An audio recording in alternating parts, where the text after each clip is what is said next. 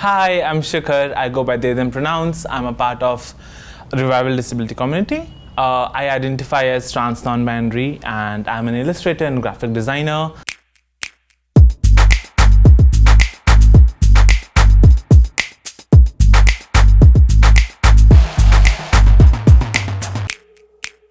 So it has not been very long since I started unlearning all the ableism and all the notions that were related to disabilities and my body, and especially when you're growing up queer, it's different and there's so much shaming involved, and that definitely showed in different forms in myself, in my artwork, and for me to not for me to be able to make it more inclusive and disabled friendly, it has been a process, and it is a process, and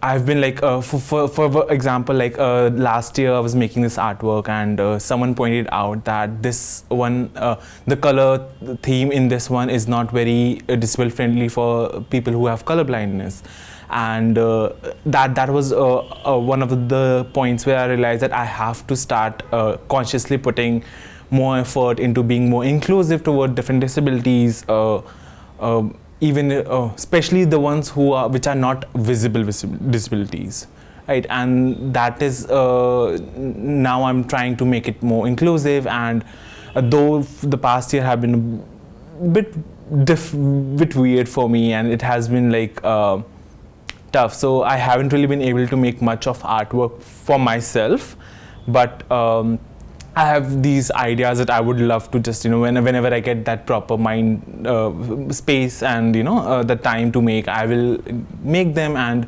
I will also meanwhile understand how I can make it more inclusive if there are things which I might have missed so far.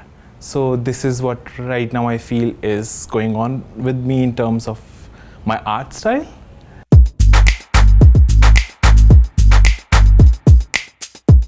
So this was, I think, in therapy, and my therapist said something that why should I minimize, like that's the term,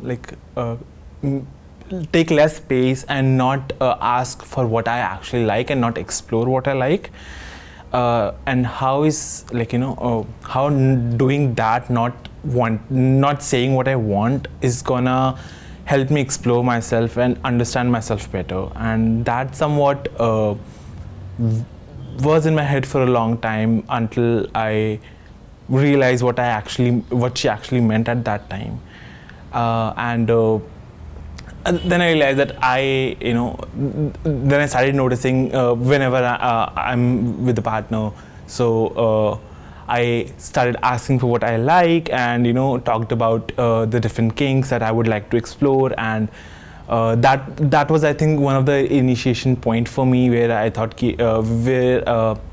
that bulb lit up, and I was like, okay, I have to start asking for what I want, and I have sure it is good to have to think about pleasures for your partner, but also for yourself as well. So that was one of the key points where I thought, okay, I have to start working on myself also.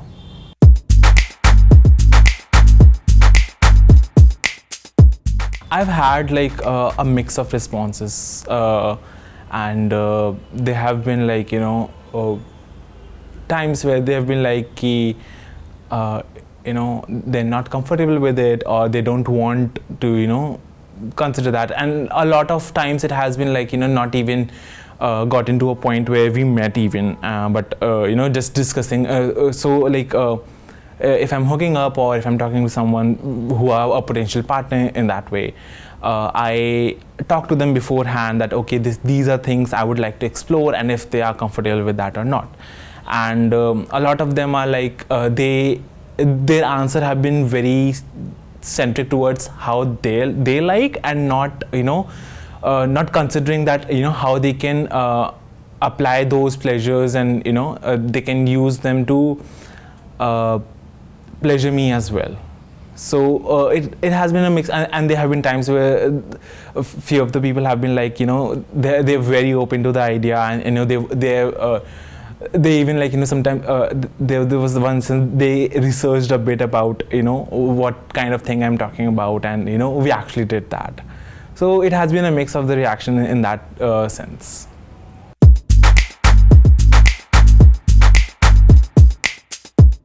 First of all, I remind myself that it is not about me. It tells about them, and how they're not there yet. Like, they have the potential to unlearn all of this and get to a point where they can be more inclusive, but they're not there yet.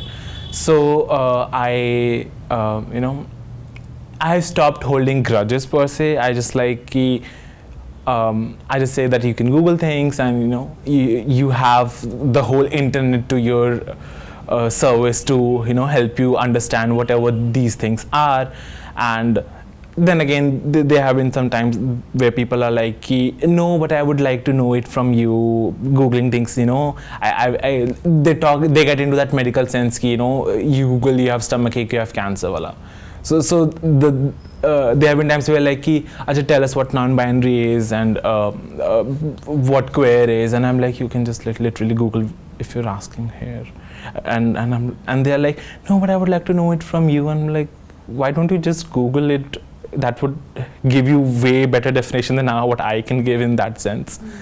So yeah, I just started taking space, and I just don't meet or don't hook up with people who are not considerate enough for my pleasure as well.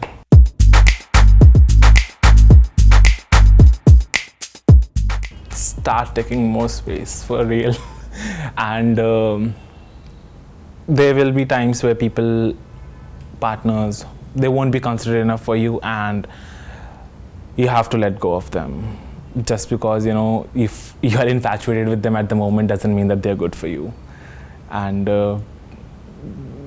that would have helped me, like that would have saved me a lot of trouble of how far I went for certain people who couldn't even give bare minimum to me. So I would be like, of course, understanding about myself more, about different disabilities, mine and others, and how inclusive that could be for me even in the future. So like basically more research.